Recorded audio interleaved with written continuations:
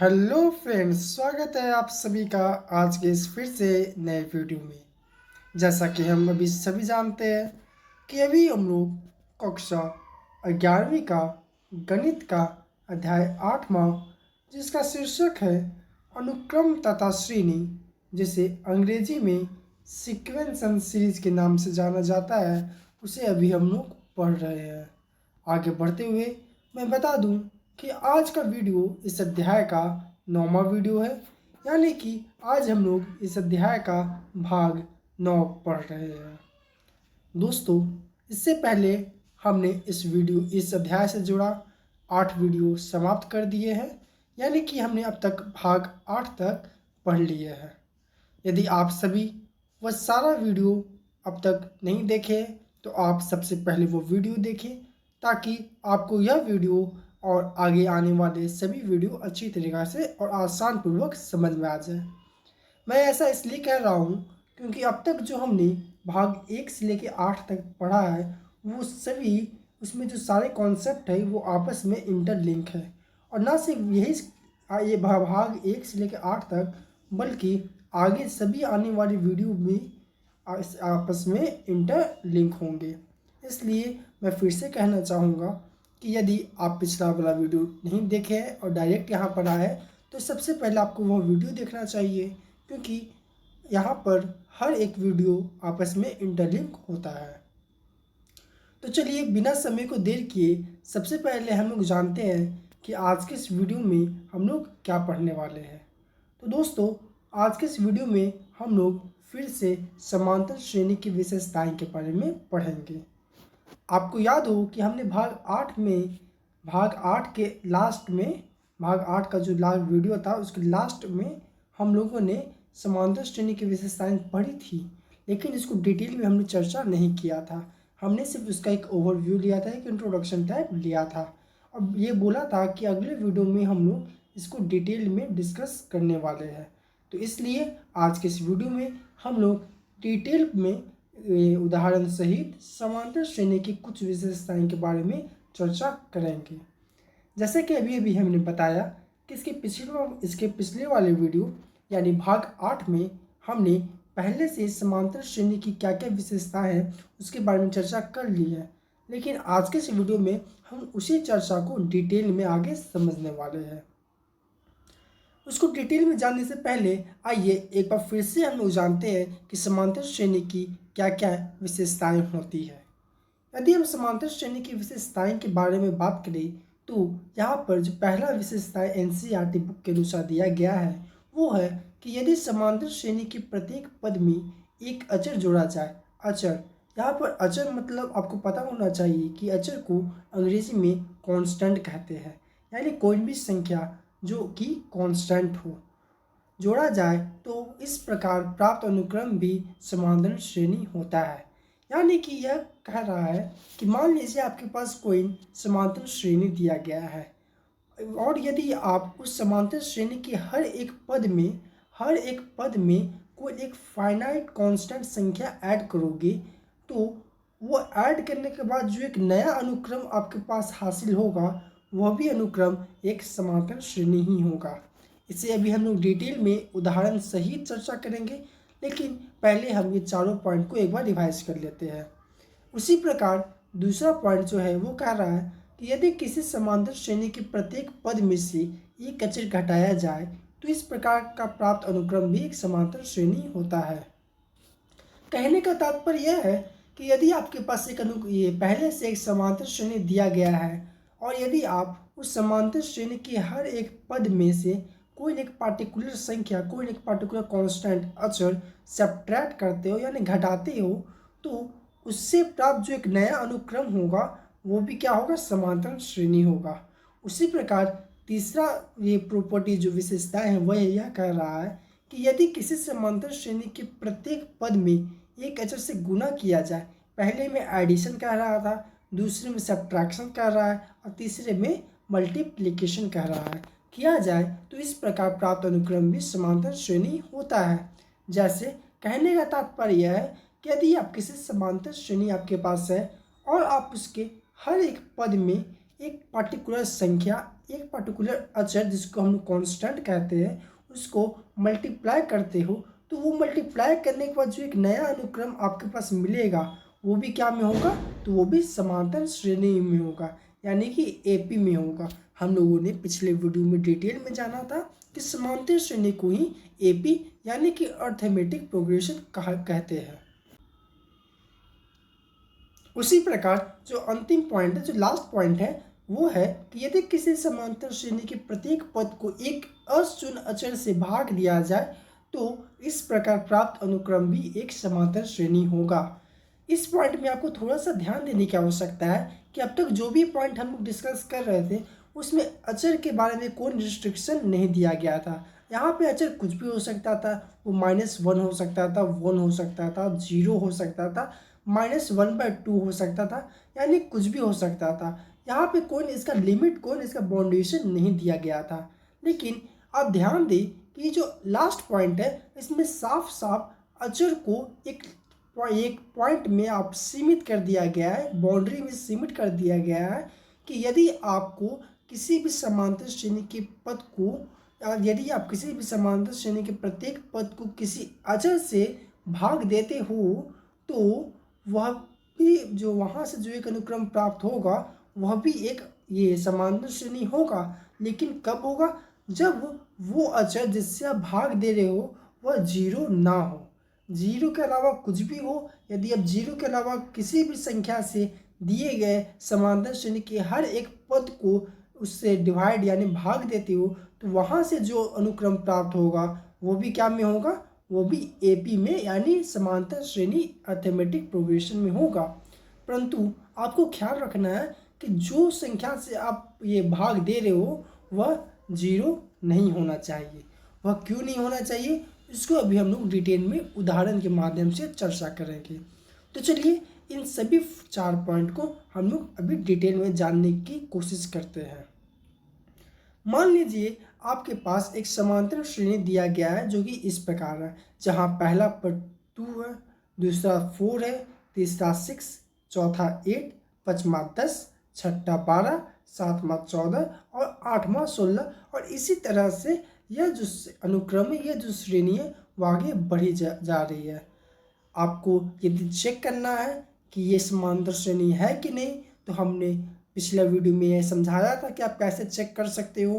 तो यदि आप वह वीडियो नहीं देखे हैं तो आपको वह वीडियो देखना चाहिए, क्योंकि वह वीडियो देखने के बाद आपको यह पता चल जाएगा कि यह समांतर श्रेणी है कि नहीं। इसको कैसे चेक किया जाए वो आपको बड़ी ही आसान तरीके से, अच्छी तरीके से समझ में आ जाएगा। तो अभी के लिए आप इसे, यदि आप वो वीडियो देखिए तो आप इसको चेक करके देख सकते हो कि यह एक समांतर श्रेणी है। तो मान लीजिए ये दिया गया श्रेणी एक समांतर श्रेणी है। अब जो पहला प्रॉपर्टी कह रहा था वो कह रहा था कि दिए गए समांतर श्रेणी के प्रत्येक पद में एक अचर जोड़ा जाए। अचर यानी कांस्टेंट, जो कि अभी अभी मैंने आप सभी को बताया। अब अचर जोड़ा जाए तो एक अचर, आप एक कांस्टेंट आप अपने से मान लीजिए। मान लेते हैं कि हम एक अचर ले लेते हैं 5। क्या लेते हैं, 5 लेते हैं। आप रैंडमली कुछ भी ले सकते हैं, आप 4 लीजिए, -2 लीजिए, 1 लीजिए, 0 लीजिए, कुछ भी ले सकते हैं। लेकिन हमने आपको समझाने के लिए यहाँ पर क्या लिया है, 5 लिया है। तो अब हमारे पास एक समांतर श्रेणी दिया गया है जो कि 2, 4, 6, 8, 10, 12, 14, 16 ऐसे बढ़ते जा रहा है। अब हमारे पास एक अचर भी आ गया जो कि कांस्टेंट, जिसको हम लोग कह रहे हैं वो क्या है, 5 है। अब चलते हैं हम लोग ये चारों प्रॉपर्टी सेटिस्फाई करता है कि नहीं, उसको चेक करते हैं। तो पहला प्रॉपर्टी से सेटिस्फाई करने के लिए हमें क्या करना होगा कि ये जो अचर हमारे पास दिया गया है, ये जो 5 लिखा हुआ है, उसको हम लोग को दिए गए समांतर श्रेणी के हर एक पद में ऐड करना होगा। क्या करना होगा, जोड़ करना होगा। तो चलिए हम लोग दिए गए समांतर श्रेणी के हर एक पद में 5 ऐड करते हैं। तो यदि हम दिए गए समांतर श्रेणी के हर एक पद में 5 ऐड करते हैं तो हमें क्या मिलेगा, 2, पहला पद क्या था, 2 था, इसमें हम लोगों ने +5 किया। दूसरा पद क्या था, दूसरा एलिमेंट श्रेणी का क्या था, 4 था, फिर से हमने उसमें +5 किया। तीसरा 6 था, उसमें हमने +5 किया। चौथा 8 था, उसमें हमने +5 किया। ठीक इसी प्रकार पाँचवा 10 था, उसमें हमने +5 किया। छठा पद उस श्रेणी का 12 था, हमने +5 किया। ऐसे करते करते हमने हर एक पद में क्या किया, +5 ऐड कर दिया। अब जैसे ही हम +5 ऐड करेंगे तो यहाँ से जो हमें एक नया अनुक्रम मिलेगा वो क्या मिलेगा, वो कुछ इस प्रकार मिलेगा 7 9 11 13 15 17 19 21, जो कि आप अपने स्क्रीन पे देख सकते हो। अब दोस्तों आप ध्यान दो कि हमारे पास जो पहला अनुक्रम यानी कि, एक मिनट,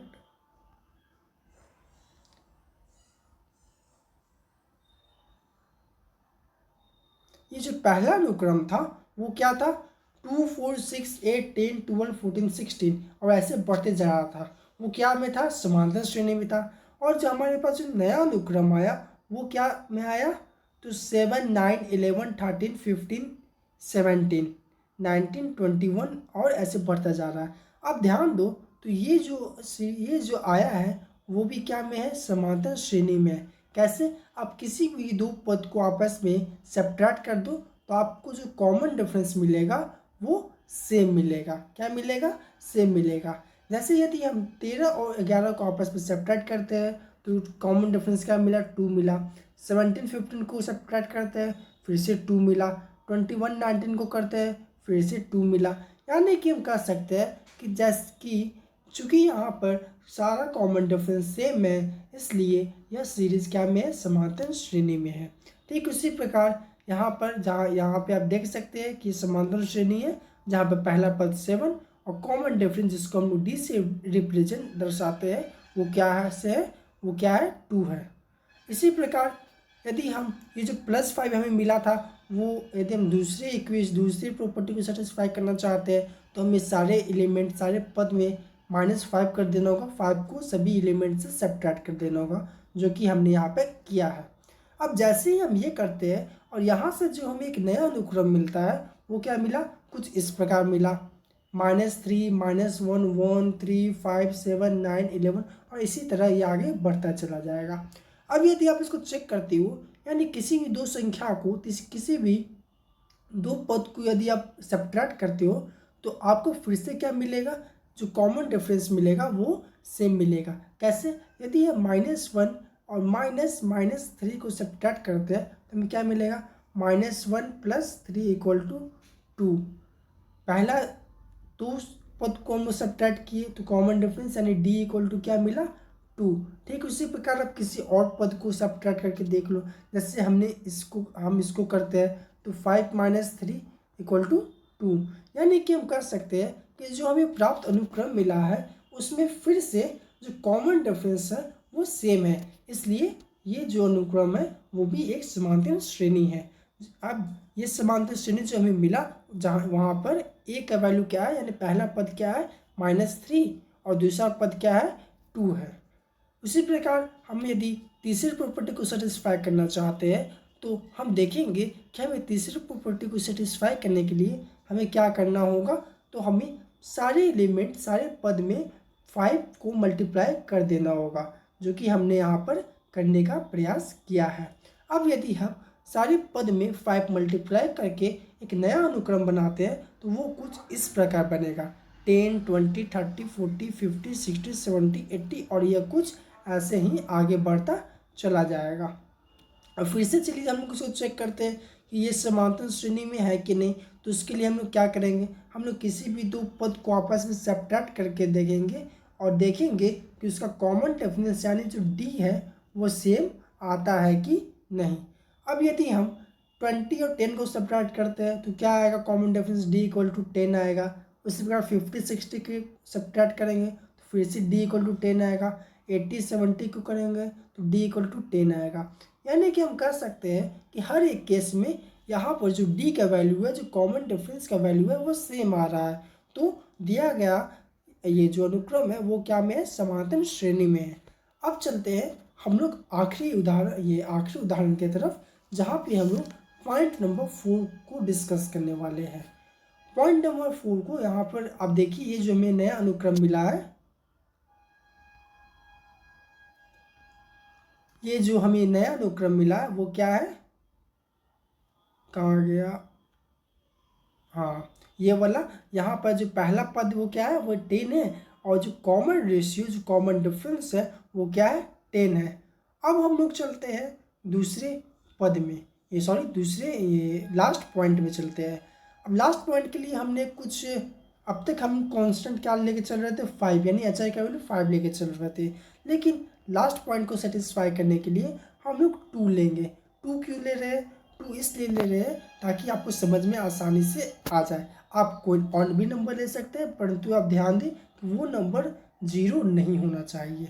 तो यदि हम ये पॉइंट 4 को डिस्कस करने के लिए अचर यानी कांस्टेंट का वैल्यू 2 लेते हैं और एक अनुक्रम कुछ इस प्रकार लेते हैं जो कि अपने आप में एक समांतर श्रेणी है। तो अब यदि हम इस समांतर श्रेणी के हर एक पद में से ये 2 जो हमने अचर लिया, जो कांस्टेंट लिया, उसको भाग देते हैं तो हमें क्या मिलेगा, तो 2/2, 4/2, 6/2, 8/2 कुछ इस प्रकार हमें मिलेगा। और जब हम इसे सॉल्व करेंगे तो हमें क्या मिलेगा, 1 2 3 4 5 6 7 8 कुछ इस प्रकार मिलेगा। अब आप देख सकते हो कि ये जो अनुक्रम हमें मिला है, ये जो हमें संख्याओं का जो ग्रुप मिला है वो क्या में है, समांतर श्रेणी में है। कैसे है, तो चलिए हम उसको चेक करते हैं। समांतर श्रेणी को चेक करने के लिए हम क्या जानते हैं कि किसी भी दो पद को आपस में सब्ट्रैक्ट कर दो और यदि कॉमन डिफरेंस सेम आया तो दिया गया सीरीज, दिया गया सब ये अनुक्रम क्या में होगा, समांतर श्रेणी में होगा। अब यदि हम 2 1 को सब्ट्रैक्ट करते हैं, 4 3 को सब्ट्रैक्ट करते हैं, 6 5 को करते हैं और 8 7 को करते हैं और ऐसे ही आगे करते जाएंगे तो हम पाएंगे जो डी का वैल्यू है, जो सौर अंतर है, जो कॉमन डिफरेंस है वो क्या आ रहा है, 1 आ रहा है। यानी कि हम कह सकते हैं इस सारे केस में जो हमारा सौर अंतर है, जो कॉमन डिफरेंस है, जो डी का वैल्यू है वो सेम आ रहा है जो कि 1 है। जहाँ पर ए का वैल्यू 1 है, ये जो नया अनुक्रम हमें मिला यहाँ पे ए का वैल्यू 1 है और डी का वैल्यू 1 है।